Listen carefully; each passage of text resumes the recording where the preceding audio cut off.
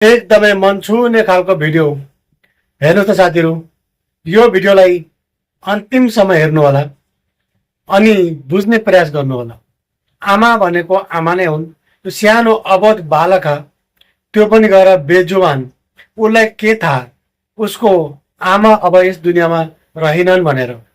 हेर्नु त, एकदमै मार्मिक भावुकताले भरिएको भिडियो रहेछ।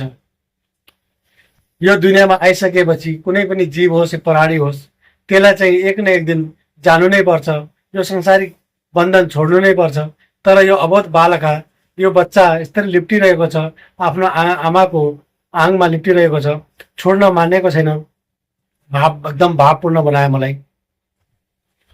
हेर्नुहोस् त, यो त्यसैले यो भिडियो उनीहरूको लागि डेडिकेट गर्छु कि जसको यस दुनियाँबाट आमालाई गुमाउनु भएको छ, उहाँहरूको लागि समर्पित। किनकि आमा भनेको आमा नै हुन्। आमाको माया अरूले जस्तो हुँदैन।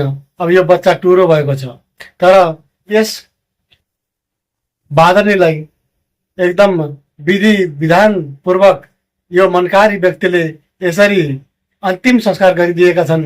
यिनलाई चाहिँ म हार्दिक नमन भन्न चाहे, ग्रान्ड सल्युट भन्न चाहे। साथीहरू, तपाईँहरू पनि आफ्ना मनभित्रका भावलाई प्रकट गर्दै यस व्यक्तिलाई के भन्न चाहनुहुन्छ आफ्नो पनि भनाइराख्नु होला।